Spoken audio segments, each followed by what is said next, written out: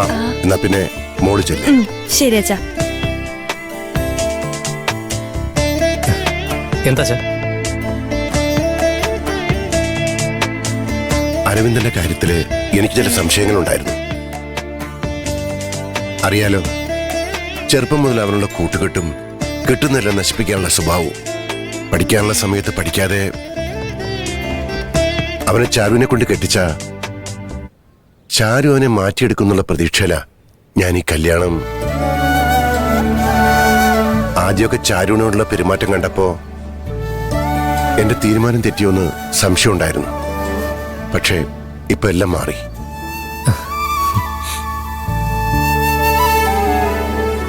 എനിക്കിപ്പോ അരവിന്ദന് നല്ല വിശ്വാസ. അവൻ ചാരുവിനെ നന്നായി നോക്കിക്കോളും. ആ ഒരു ഉറപ്പില് നിന്നോടൊരു വാക്ക് പോലും ചോദിക്കാതെ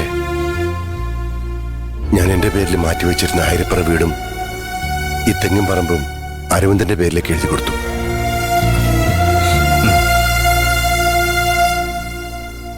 ശരിയാ, നിനക്കും കൂടെ അവകാശപ്പെട്ട സ്വത്തായിരുന്നു. ഞാനിപ്പോ അത് അവന് മാത്രമായിട്ട്, അതിനൊരു കാരണം കൂടിയുണ്ട്. ചാരുവിന്റെ അമ്മ എന്റെ ഉടപ്പറന്നോൾ ലത, അവള് ജനിച്ചു വളർന്ന വീട്ടില് ചാരുമോള് സന്തോഷമായിട്ട് ജീവിക്കുന്നത് കാണാനുള്ള കൊതി കൊണ്ടാ.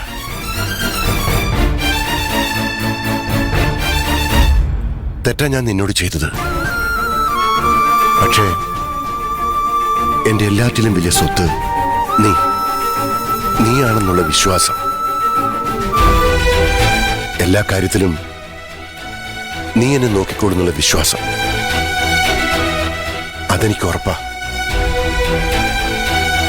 എന്നാലും ഞാൻ നിന്നോടൊരു വാക്കുപോലും ചോദിക്കാതെ. അച്ഛനോട് ചോദിച്ചിരുന്നെങ്കിലാവും എനിക്ക് സങ്കടമാവുക.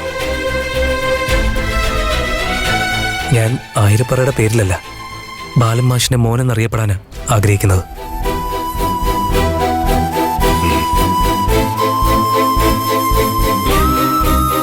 എനിക്ക് അത്രയ്ക്ക് വിശ്വാസവും സ്നേഹവും എൻ്റെ അച്ഛനോട്. ഞാൻ എൻ്റെ അച്ഛൻ്റെ മനസ്സ് മനസ്സിലാക്കിയില്ലെങ്കിൽ പിന്നെ ആര് മനസ്സിലാക്കാനാ? എനിക്കറിയാം എൻ്റെ മോനെ, യഥാർത്ഥത്തില് ഒരു മനുഷ്യന്റെ സ്വത്ത് മരണം വരെ അയാളെ നോക്കുന്ന മകനാ.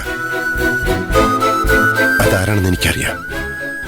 അരവിന്ദൻ കൊടുത്തതെല്ലാം നശിപ്പിച്ചാലും നീ എന്ന അമൂല്യ സ്വത്ത് എന്റെ കയ്യിലുള്ളിടത്തോളം കാലം എനിക്കൊന്നിലും ഒരു ഭയവുമില്ല.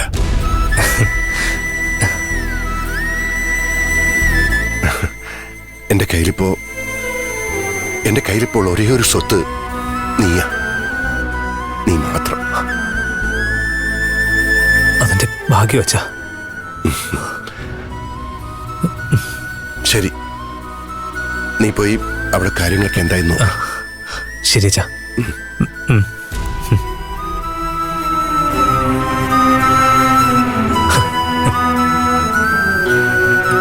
വേഗം നടക്കട്ടെ.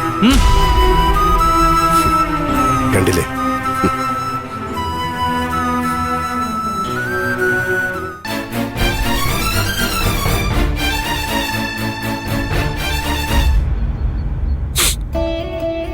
ഗോവിന്ദ. ഓ വാ നോക്കാം.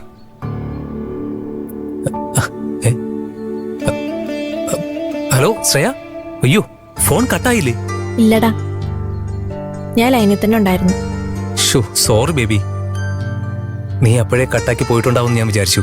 അങ്ങനെ തന്നെ വിചാരിച്ചത്. പക്ഷേ നീയും അച്ഛനും കൂടെ സംസാരിക്കണ കേട്ടപ്പോ കട്ടാക്കാൻ തോന്നിയില്ല.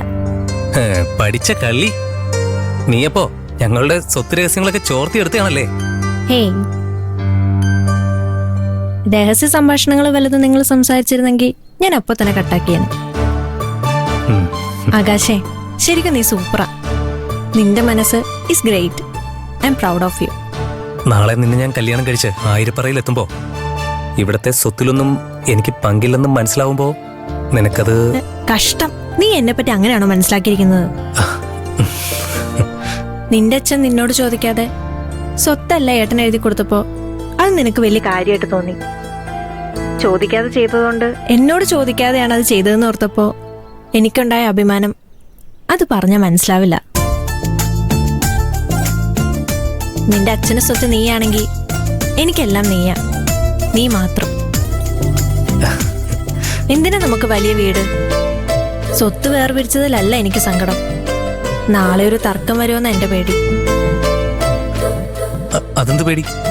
നിന്റെ സ്നേഹം ഷെയർ ചെയ്യുന്നതിൽ നിന്റെ അച്ഛനാണോ എനിക്കാണോ കൂടുതൽ എന്ന് തർക്കം വന്നാൽ? ഏയ് ഫൂൾ, എന്റെ അച്ഛന് സ്നേഹം വിട്ടുകൊടുക്കാൻ പോലും ഡെഫിനറ്റ്ലി സമ്മതിച്ചു കൊടുക്കില്ല. നീ എനിക്ക് മാത്ര, only for me. Okay okay okay, ശരി ശരി. അല്ല, നാളെ എക്സാം അല്ലേ, പോയിരുന്നു പഠിക്കും.